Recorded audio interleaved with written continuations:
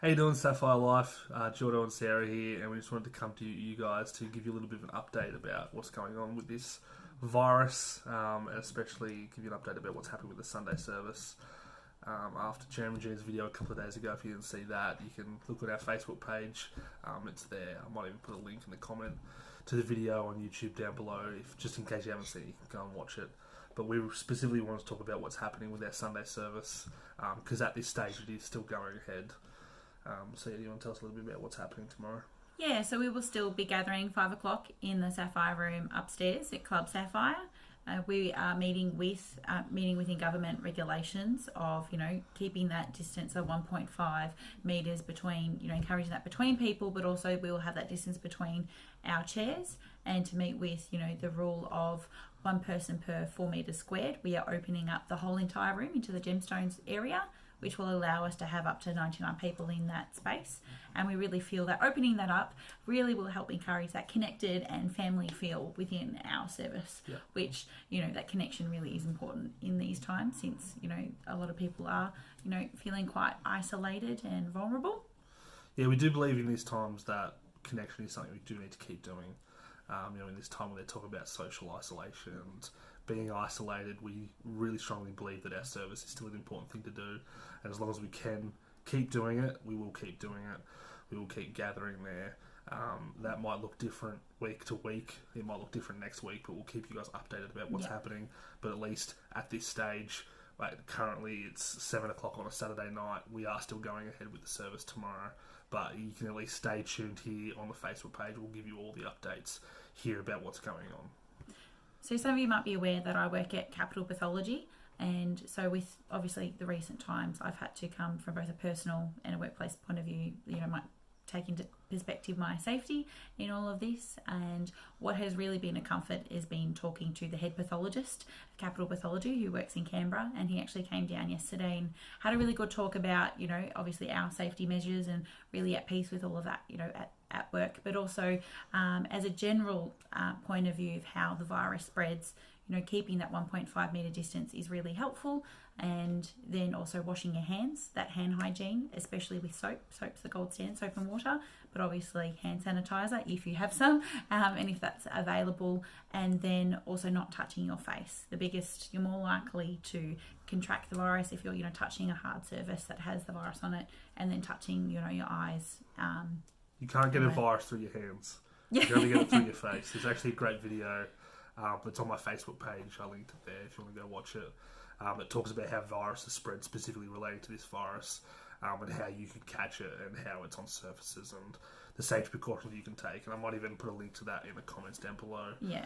If you want to have a watch it, it's really helpful to understand how this virus is spreading and how you can catch it, things like that. Yeah, and I actually showed this video to the pathologist, and he actually quite liked it and thought he might use this and share this, in his circles as well. And he himself also recommended, if you really want some really good information, obviously there's a lot of different information. There's an infodemic at the moment on social media and amongst the news. If you really want some good resources to look up information for your own health, but also updates about what's happening with the virus at the moment, you can go to the New South Wales Health website and also the World Health Organisation website as well. He highly recommended those. So we really encourage you guys to make a decision for yourself about what level of social interaction you want to be in, and whether that means coming to church or not coming to church tomorrow night.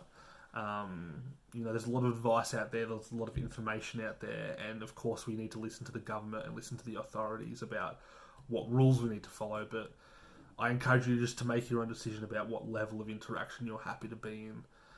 Because obviously we understand that this virus is more damaging and more dangerous for certain groups of people. There's the vulnerable out there. We've come to the terms of the fact that I'm one of those people. I'm more vulnerable than most with my asthma, that this virus could actually be life-threatening, potentially to me. And so we've had to come to terms and make decisions about what we're going to do around that. I've decided to quit my job, which was advice from my GP. But in terms of church, I've decided that I will stick out, keep coming to church, keep coming to the church gatherings, but just the way I interact there might be different. I might not want to shake your hand. I might just want to give you a smile instead. I might keep my distance from you. Or do an elbow bump. Yeah, don't be surprised if I am hiding away in the sound booth more than usual. That just might be me protecting myself and taking those precautions. But we really have made decisions around that, and I encourage you guys to do the same. If you think you are one of those vulnerable people, sit down and talk to God, talk to your partner, talk to your family, and make a decision for yourself about what you're more comfortable with. So if you choose not to gather with us on Sunday, there is no hard feelings.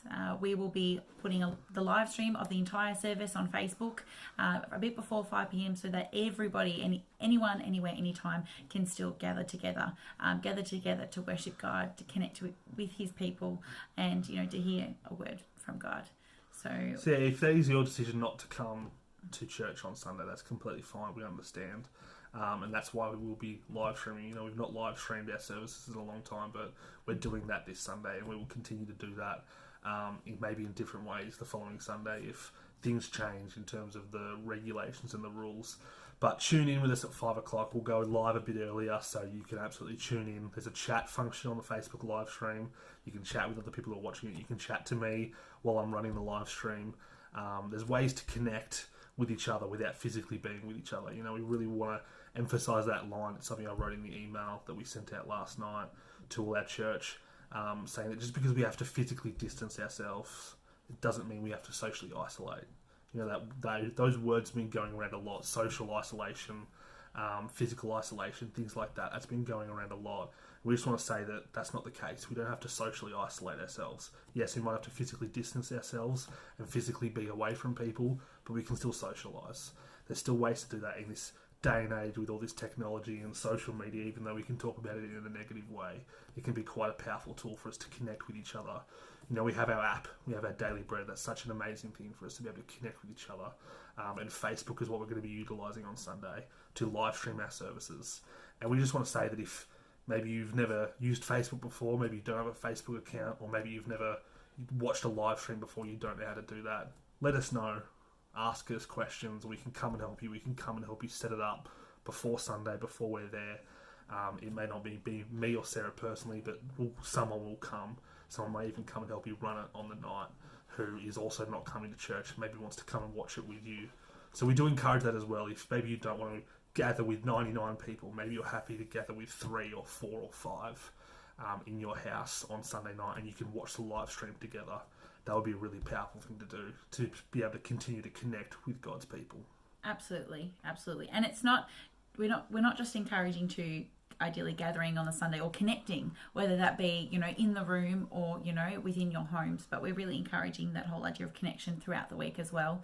Hopefully we'll have an update too on life groups, and, there are other ways to connect. Obviously our Daily Bread with it's still another great way that we connect in, every day during the week together as a church family.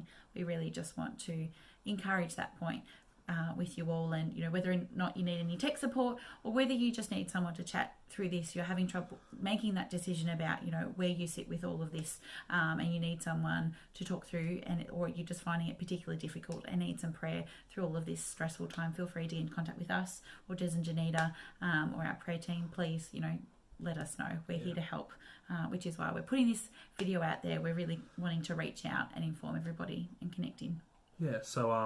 We look forward to connecting with you guys, all of you guys, on Sunday, whether that's in person or online. We really look forward to doing that tomorrow night. So see you guys then. See ya.